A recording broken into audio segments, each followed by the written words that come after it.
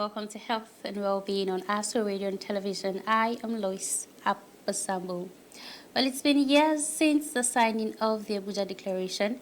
And this landmark declaration was signed when Nigeria hosted an African Health Summit with all leaders from across the continent committing to spend 15% of their annual budgets on the health sector. Sadly, years later, Nigeria still budgets just about 4.5% of its budget to health. Well, with the incessant strikes, the COVID-19 pandemic, and an exodus of doctors, the health sector still has a long way to go to being ideal. Today, we shall be discussing the prospects of the Nigerian health sector and the way out for the sector. Our guest today is Dr. Douglas Emeka Okor, who is a consultant neurosurgeon and the CEO of Ashanti Graham Medical Company Limited. He is one of the few patriotic doctors who believes that there is hope for the Nigerian health sector. You're welcome, Dr. Okor. Thank you very much, Lois, for welcoming me, for getting me on your set in ASO Radio and Television. Thank you. Thank you very much. Well, we're going to go on a short break, and when we come back, our discussion will commence. Do stay with us. Following the sudden outbreak of cholera in some parts of the Federal Capital Territory, significant number of cases have been tested positive for cholera. The Health and Human Services Secretariat has intensified surveillance in the affected communities around the area council. Therefore, residents are requested to report any case of diarrhea to the nearest health facility or the Department of Public Health on the following numbers: Dr. Sadiq Abdurrahman, 0803-705-1784, or Dr. Doris John, 0803-315-6560. Ensure that the water used for domestic purpose is clean, boiled and filtered. Start ORS immediately you have diarrhea. Ensure that all food is properly cleaned and well cooked before consumption. Ensure that fecal waste are hygienically disposed of. Do not defecate in the open or into streams. Houses with surface wells should make sure they are covered all the time. Public Health Department, FCT Health and Human Services Secretariat. Announcer. Welcome back, and thank you for staying with us. Before we went on the break, I told you that Dr. Emeka Douglas Okor is here with us to discuss the Nigerian health sector, the ways out, and prospects of the Nigerian health sector. So let's talk about, I spoke about the Abuja Declaration, and basically African countries, there was actually an agreement that African countries would dedicate 15% of their budget to the health sector. What would the Nigerian health sector look like? Well, yeah, I think this meeting happened in Abuja here. Guess what? Yes. But in 2001, so almost 20 years ago now. And basically, it was more like a proposal. It's not like they actually signed one agreement that had to be binding or anything. Mm-hmm. It was a proposal that African countries, looking at how important healthcare is in terms of the priority, that they should actually try and get up to like 50% of their annual budget for health. How have we fared so far? Of course, not very well. No. I think the latest budget for 2021 is about 547 billion naira. Okay, and of course, a significant part of that is recurrent expenditure for salaries and stuff, just a little bit for capital expenditure. But basically, if we go to the point where we can get 15% of our annual budget into health, will that help? Of course it will, but there are other issues as well. It's not just about money, because one of the fundamental issues we have in this part of the world is that we think that when we throw money at things, that solves the problems.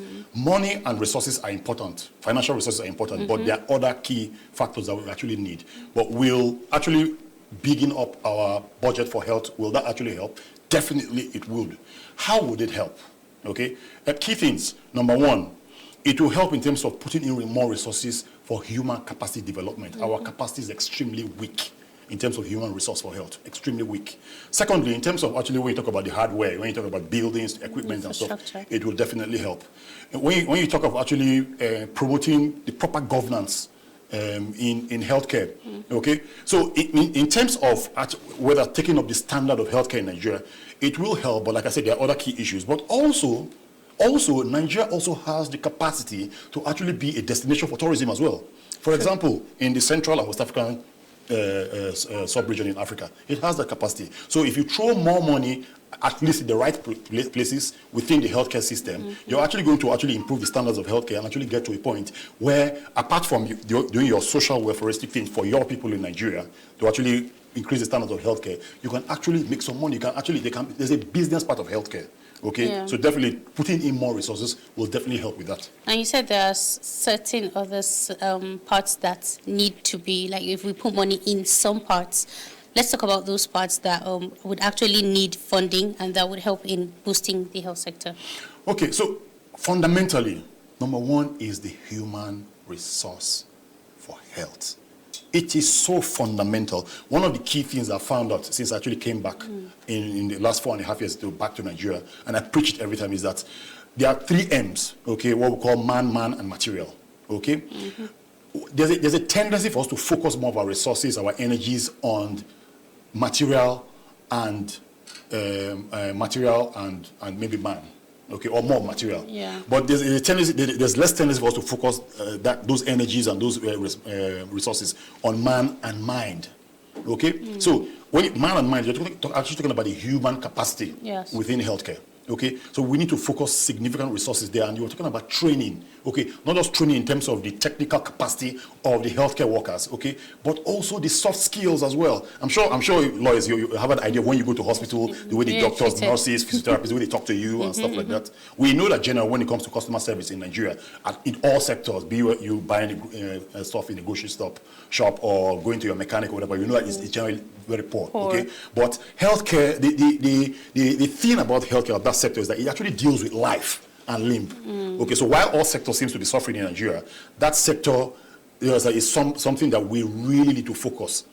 So human resource for health is one key thing. Okay, the other things in terms of material is absolutely important. So when you talk about the issues of equipment, the buildings, organizing the structure of the healthcare system and stuff like that, putting resources there is absolutely important as well. But the key thing, human resource for health, we have to really spend resources there. Now, you said for the fact that money is put into something does not mean that it will work out. Yeah. What makes it work out? What makes it work out? Okay, the key things that can actually drive our healthcare system and bring it to where at least we want some level of standard, okay? The first thing is leadership. Leadership, okay? For us to actually get a healthcare system in Nigeria that we can be proud of, that can actually deliver what it's supposed to actually deliver, okay? The first thing is leadership, and I'm talking about leadership at all levels, from the presidency to the Senate, okay, to the governments in the 36 states, and of course the people who are actually running the FCT, okay? They must actually, in their body language and everything they say, they must make sure that hey, they prioritize healthcare. Now they understand the fundamentals of value for human life. That's extremely important. Until the leadership starts making value for human life a mainstream socio-political issue, we will continue to suffer. So leadership, okay? Leadership at what I've talked about, leadership at the Federal Ministry of Health, the state ministries of health, okay, and the local authorities.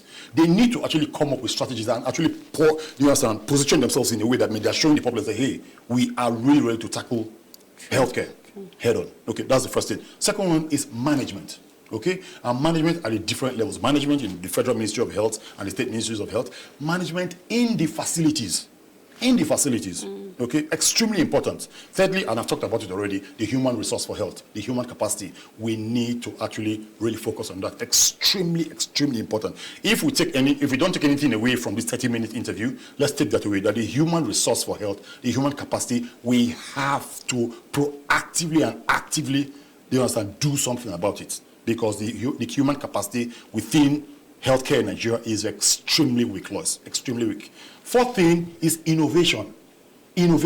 Okay? We are struggling in Nigeria. And when you're struggling I'm going to throw some statistics out there now. When you're struggling with those kind of statistics, you have to think of innovative ways. Innovation becomes your new management. Okay? And let me give you statistics. Let's compare ourselves with United Kingdom. I was trained in United Kingdom. Okay? My postgraduate training to become a brain surgeon was in United Kingdom. So I like comparing. Some people say, oh, you shouldn't compare. And I say, no, compare. I'm a scientist. Part of research is actually comparing. Okay? UK has a population of 68 million people compared with Nigeria. Latest figures about 212 million. Okay, UK has the number of doctors actually working within the system about 200, definitely over 200,000. Okay, 200,000, about 300 and something thousand registered in the General Medical Council. Okay, in the Nigerian Medical and Dental Council registered, they have about 75,000 now. I'm telling you, not more than 40,000 of those doctors are in Nigeria. So 212 million people to about 40,000 doctors, and 68 million people with 300,000 to about let's just say 200 and something thousand doctors. Nurses, okay? I know that doctors are the poster child for healthcare, but healthcare is not just about doctors. You have other healthcare professionals, okay? Nurses, medical lab scientists, physiotherapists, pharmacists, okay? Everybody is important, but I know the doctors are the poster child. Everybody talks a about doctor. the doctors, okay? Nurses, in the last in January this year, the Nigerian Nursing and Midwifery Council put it out there that they have roughly about 125,000 nurses. Okay, and the number of nurses leaving Nigeria are significant, even more than the doctors. Okay, UK with its population has definitely more than 500,000 nurses. Okay, now if you really, as a government and as people who actually run things in Nigeria, want to truly provide care that has at least some fundamentals and some basis of safety and of quality in Nigeria, you have to think innovatively. You're not going to be able to manufacture. It is said that Nigeria needs about 300,000 doctors. So if you have 50,000, how are you going to manufacture the rest 250,000? So you have to think innovatively. So what are the innovations that can actually can bring into healthcare? Okay, number one is public-private partnership. Okay, public-private partnership. That's number one. Number two, we need to. I don't know if this will be possible, but if it's possible, it should be done. We should focus more of the resources in healthcare to primary healthcare. Primary healthcare is the bedrock. It's the bedrock, okay? And I'll give you an example. If an elderly person from your village, okay, has a stroke, just imagine how expensive it is to actually treat that stroke. But if you can prevent it by having a solid primary healthcare system, then you've saved that money, isn't it? So your primary healthcare system needs to work. Solid. A significant amount of resources should go to that. And then your tertiary care, teaching hospital levels and stuff, and your secondary level care should be more public-private partnership. Some people might say, oh, but that might make it more expensive. But if you can actually put in resources at the primary care level, you can prevent them. And also, you actually make a national healthcare insurance scheme that actually truly works and makes some sense. Okay? So innovation is key. Again, another kind of innovation that we need is what we call task shifting and task sharing as well. You have just about 40,000 doctors, isn't it? Can 40,000 doctors cover the whole of Nigeria? No. So that means you probably need to actually train your nurses, your physiotherapists, your community health extension workers to start doing some things that doctors do. Yeah. Would that go down well with doctors? See, in the whole schema, okay, of everybody in healthcare and stuff, guess who the most important person is? The nurse? No, the patient. The patient is the most important person. Yeah. Is the most important person. So whatever you can do to actually make sure that the Nigerian patients actually get the best or the possible best within this difficult situation, you do it. Doesn't matter whether you think you're a doctor, you're a nurse, or whatever. Okay, like I said, I know that the doctors are the poster child for healthcare and stuff like that. But in this whole schema of all the players within healthcare, the patient is the most important person. And guess what? Even the doctors, nurses, we are all potential patients. Yeah. So task shifting and task sharing is going to be extremely important moving forward if we truly, truly want to actually deliver care that has some level of standard and that is safe in this part of the world. Now, talking about primary health care, you just said it's the bedrock of Absolutely, Lois. every health sector. But one of the things I've noticed, and it's almost like in Nigeria, the primary health care is non-existent. You know, basically, when someone is sick, is either you go to secondary health hospital or the tertiary institutions, you know. So it's almost like we don't have the primary. In fact, the only time where primary health care looks existent is when they are door-to-door vaccinations like polio, you know, that's the only time when that happens. Yeah, but one of the things I wondered is we talk about so much about leadership. We talk about so much about what the government has to do. But what do these health workers have to do? Because I strongly believe that in whatever area that there is a primary health care center, there are actually people that have been deployed to those places.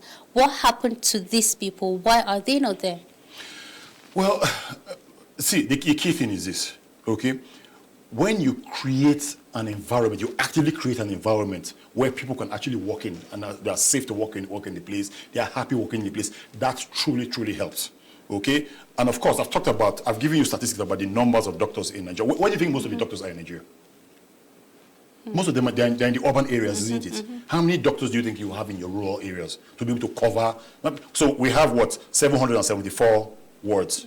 Local governments. Local governments, okay? And I'm sure they have their own different wards and stuff like that. So break that down and just look at the sheer number and ask yourself, can you actually get a doctor to actually man each each primary healthcare facility and stuff. So again, innovation, you have to think innovatively, okay? The key thing is about actually saying, hey, we are going to develop a primary healthcare system that actually works. If somebody actually walks into a primary healthcare center, they actually have staff that are trained, that are in an environment that they're happy working with, have the tools to work with, okay, and have the sort of remuneration and have the sort of environment that you actually like to work in. Okay, that's extremely important. Okay, it's not just enough saying, hey guys, be patriotic, but I'm not going to support you. I'm not going to create the environment that's nice to work. But just be patriotic. We are going to be here as political elite. You're going to see us very fat and stuff like that. But hey, you in the primary healthcare sector, no, it doesn't work like that. Okay, we need leaders at all levels that actually lead by example. That's extremely important, Lois. Okay, so on that note of patriotism, well, we're going to go on a short break. I'd like us to talk about your decision to come back to Nigeria in a situation where almost every doctor wants to leave, and it's almost like, are you okay? Like, why are you coming back? Everybody wants to leave. This place doesn't look like it's green. But that will be when we come back from this short break. Do stay with us, and when we return, our discussion will continue.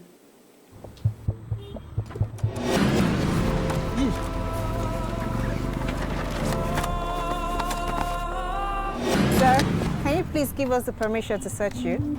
You can go. Is this a movie? If it happened.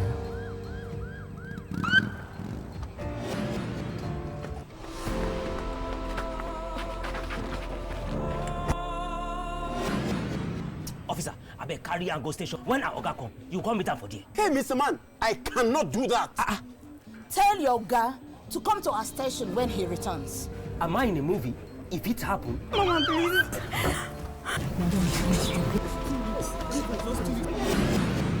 Mama, please. Thank God you're here. Do the needful. Mama, please, just 3 weeks Madam, now. why did you invite us to come help chase your tenant now? This is a civil matter now. Is this a movie? If it happen, If we follow The new police law. Welcome back, and thank you for staying with us. Before we went on the break, I told you that we're going to be discussing with Dr. Emeka Douglas Okor on his decision to come back to Nigeria, despite the fact that it looks like most people, or say most doctors, are leaving the country for so-called greener pastures. And like I said, why did you come back? Okay, story. I did my medical school in University of Benin, down in the south in Nigeria. And then that medical school and the teaching hospital that is affiliated to it, they were established in the mid-70s, basically. Okay. Now, up until I left medical school in the early 2000s and so, there was no neurosurgeon, no brain surgeon in the hospital, not even one. Okay. So in my 5th year medical school, I decided I was going to become a brain surgeon. Of course, when I was in school, I was this kind of person who was EOP and stuff. So everyone was like, no. Someone like, you cannot become it. So they laughed at me. But touch wood, few years later, I became a brain surgeon in the UK. Why did I leave to the UK in the first place? Because I wanted to be trained properly. Okay, I wanted to actually have the full range of not just the technical capacity, but also the soft skills as well. The ability to manage situations, the ability to manage resources, the ability to actually communicate effectively and all that. Okay, and yeah, that's what happened. During my training in the UK has about 30 neurosurgical units, okay, but I spent time in about a third of them, about 10 of them, okay, massive, really good experience. But even before I left Nigeria, I remember then, one of the big professors then asked me, oh, you said you're going to come back to Nigeria. If you come back to Nigeria, what equipment are you going to use to work with? And I told him, when there's a will, there is a way. Okay? And touch wood, I actually kept my promise. When I completed my training in the UK and stuff like that, I came back to Nigeria. Now, why did I come back to Nigeria? Because first of all, when I hit UK, the first thing I actually noticed is that, yeah, okay, the whole place looks very nice, the roads are good, nice environment, leadership, good governance when it comes to healthcare, the issue of value for human life, top-notch and stuff like that. But I looked at them, what's just missing is leadership, management, okay? If we had those things in Nigeria, we will do well as well. So who is the person who is actually going to do it? Like me, well, I always wanted to go back to Nigeria. So my zeal to actually come back to Nigeria increased 30-fold. Now, coming back to Nigeria in the last 4.5 years, has it been easy? Absolutely not. And one of the things I always tell people is that everybody does not have to come back to Nigeria. You have to have some special, like me, okay? You have to have what I call grit. Grit is stamina, okay? The Nigerian terrain is extremely difficult. Extremely difficult. And so people ask me, oh, how have you managed thus far since you've been back in Nigeria? And I'm like, hey, I'm an area boy, man. You say anyhow they want to, we'll give it to them. But guess what? Touch wood, okay? With me just coming back, working with a few people, working with a few organizations, especially within the private sector, touch wood, we are making magic happen. The kind of things that people thought that we couldn't do in Nigeria and stuff like that. If you watch my videos on YouTube, for example, you see all of them. We do proper complex brain surgeries, complex spine surgeries. So what does that tell you? It is possible. It is. So that's one of the things I wanted to prove. Not just to myself, not just to my country folk, my countrymen, but also to my colleagues back in the UK as well. That those things that people actually come outside to the UK, go to India and stuff like that, it can be done in Nigeria. If you just have people who have a little bit of passion, people who are ready to actually engage with the system and actually ride it through.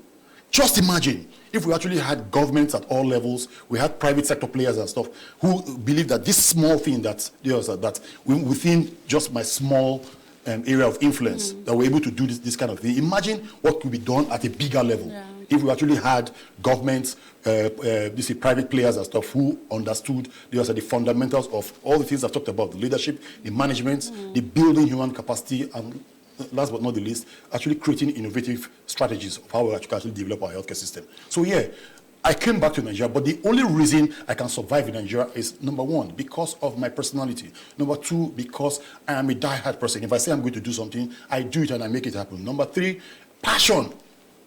Extremely important. Extremely, extremely important. You should seriously watch my videos and see the kind of things that we actually do in Nigeria. The things that people never thought could be done in Nigeria. It's happening here in Nigeria. Most of the times when I post my videos out, the first question is, people are like, is that Nigeria? And I'm not sure it's Nigeria. Okay, so what am I trying to say? There are organizations, individuals, groups in Nigeria who are already making things happen in the health sector, but they are in the private sector. Okay, when you talk about the public health sector in Nigeria, I don't know what words to use, but the words will be negative if I have to spill them out. So I feel it's a little bit easier for you because you are in the private sector. Yes, definitely. Definitely. The private sector has definitely provided platforms for me to actually engage, to actually do the kind of things and create the kind of standards that we have in other places where people want to actually go to.